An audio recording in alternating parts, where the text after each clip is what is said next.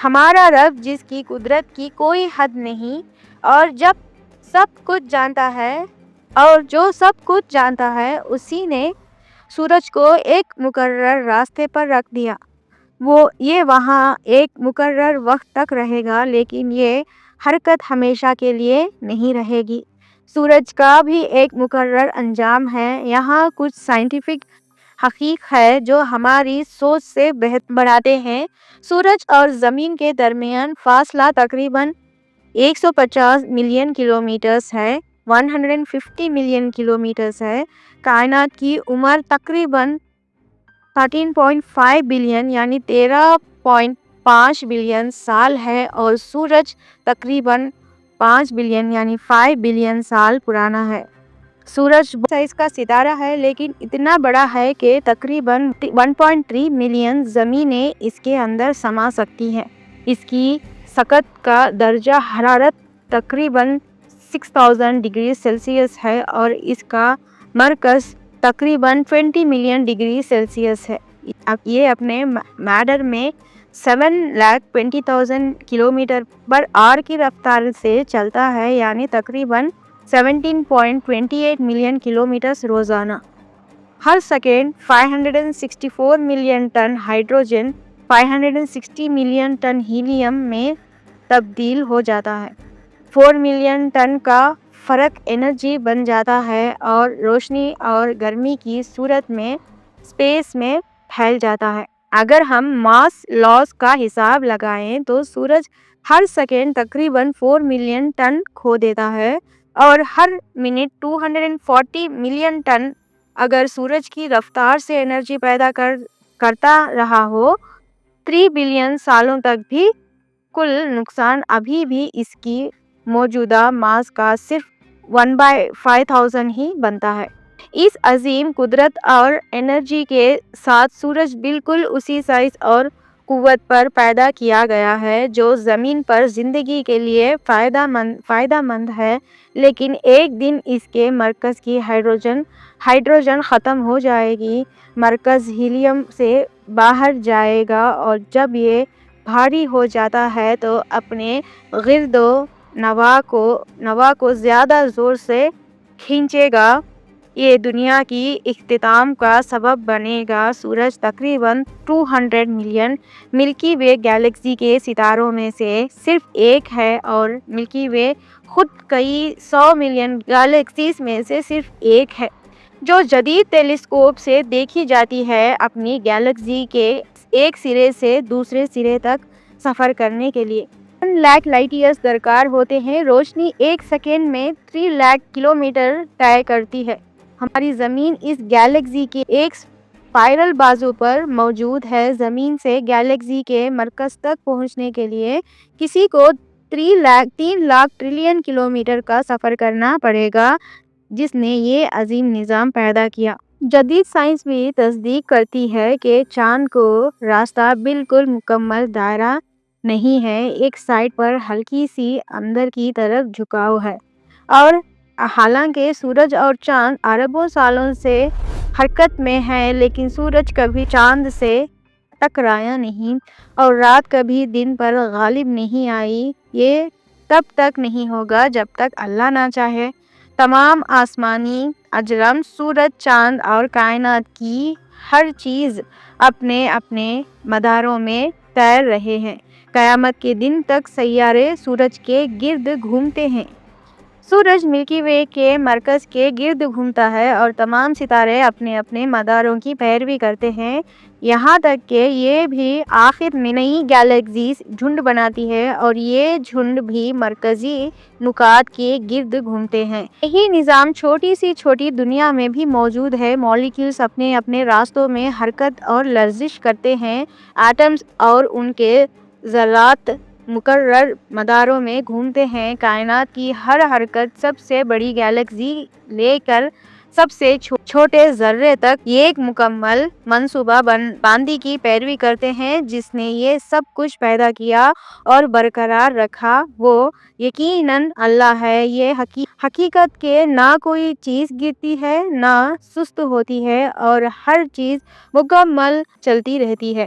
ایک ایسی خالق کے موجود کو دکھاتی ہے جس کا علم، حکمت اور قدرت کا لامحدود ہے۔ پھر اللہ اگلے آیت میں فرماتا ہے کہ ان کے لیے ایک اور نشانی یہ ہے کہ ہم ان کے بچوں کو بھاری کشتیوں میں اٹھاتے ہیں جو محفوظ طور پر تیرتی ہے، اور ہم نے ان کے لیے اور بھی کئی سواری کے ذریعے پیدا کیے جیسے وہ کشتیاں جن پر وہ سوار ہوتے ہیں۔ اگر ہم چاہیں تو انہیں ڈبا دیں اور نہ ان کا کوئی مددگار ہو اور نہ بچنے کا کوئی راستہ۔ وہ صرف ہماری رحمت کی وجہ سے زندہ رہتے ہیں اور اس لیے کہ ہم انہیں ایک مقرر وقت تک جینے دیتے ہیں۔ پانی کی اٹھن کی قدرت اور سفر کرنے کی صلاحیت اللہ کی نعمتیں ہیں۔ جملہ کئی چیزیں جیسے کشتی جس پر وہ سوار ہوتے ہیں، سواریوں کی طرف بھی اشارہ کرتا ہے۔ ہوائی جہاز، ریل گاڑیاں اور حتیٰ کہ اسپیس کرافٹ۔ لوگوں کو ٹیکنالوجی پر بھروسہ نہیں کرنا چاہیے، انہیں اللہ پر بھروسہ کرنا چاہیے جس نے وہ قوانین پیدا کیے جو ان چیزوں کو تیرنے، اڑنے یا چلنے میں برقرار رکھتے ہیں۔ نوح کے سیلاب کے دوران اللہ نے پوری انسانیت کو ہلاک نہیں کیا بلکہ مومنوں کو ایک بڑھی ہوئی کشتی میں اٹھا کر بچا لیا تاکہ انسانی زندگی جاری رہے۔ کچھ علماء کہتے ہیں کہ بھری ہوئی کشتی باپ اور ماں کے جسموں کا بھی مطلب ہو سکتا ہے، کیونکہ اللہ انسانی زندگی کے بیچ ان محفوظ مقامات میں اٹھاتا ہے۔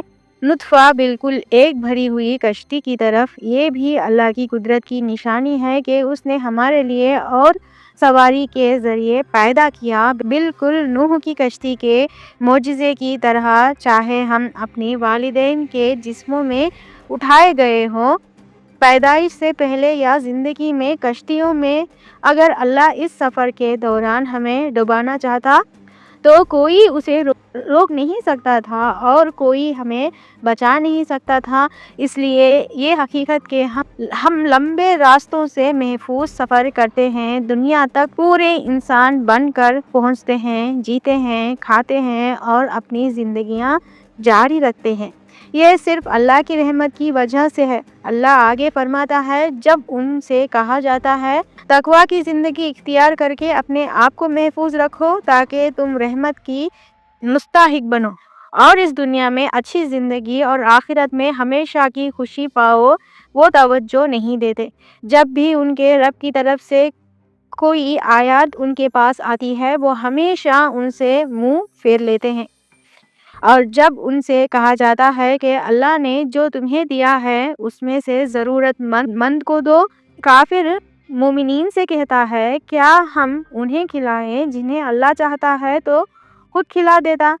کیا یہ ہمارا کام ہے؟ تم واضح طور پر غلطی میں ہو۔ یہ آیات یہ وضاحت کرتی ہے کہ کافر سماجی ناانصافی کو کیسے جائز ٹھہراتے ہیں۔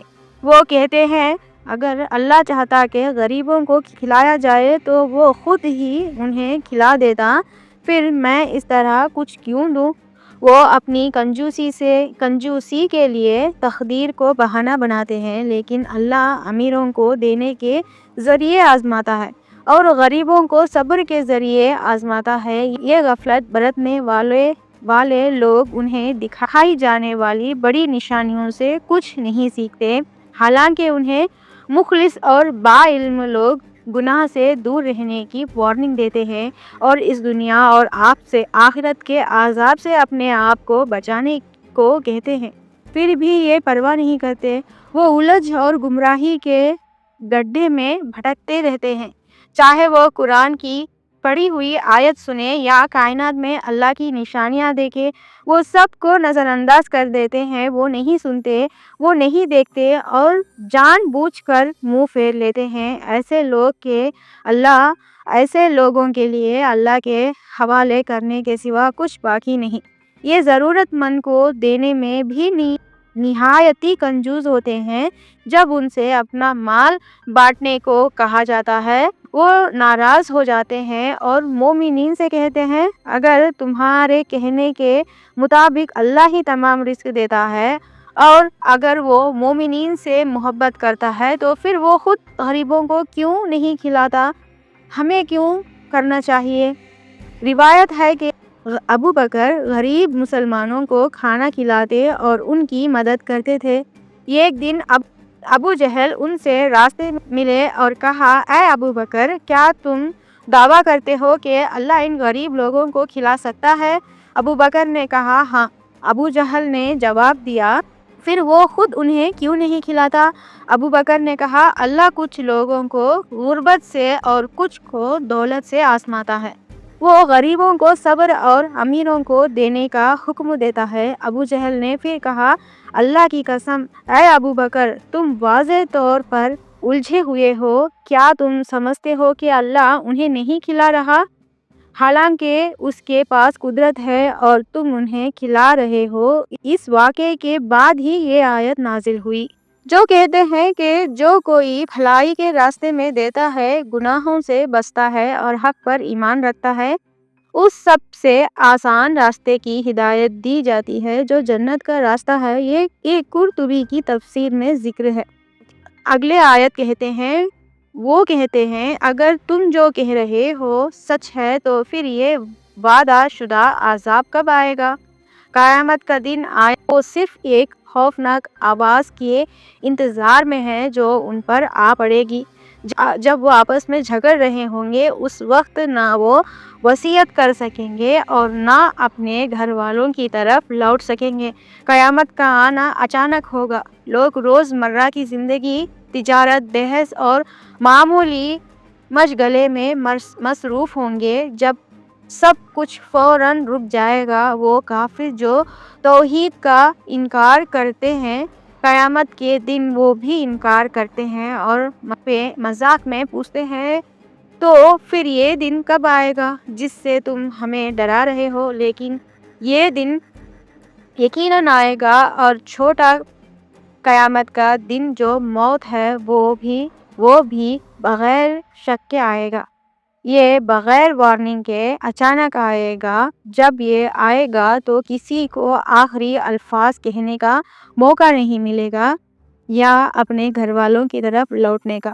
آپ رسول اللہ صلی اللہ علیہ وسلم نے فرمایا دو لوگ کپڑا پہننے کے لیے کھول رہے ہوں گے کہ اچانک قیامت آ جائے گی، اس سے پہلے کہ وہ اسے واپس لپیٹ سکیں۔ ایک آدمی اپنے جانوروں کے لیے حوض ٹھیک کر رہا ہوگا لیکن پانی پلانے سے پہلے وہ گھڑی آ جائے گی۔ ایک شخص ترازو میں کچھ تول رہا ہوگا لیکن دوسرا بات رکھنے سے پہلے ہی وہ گھڑی آ جائے گی۔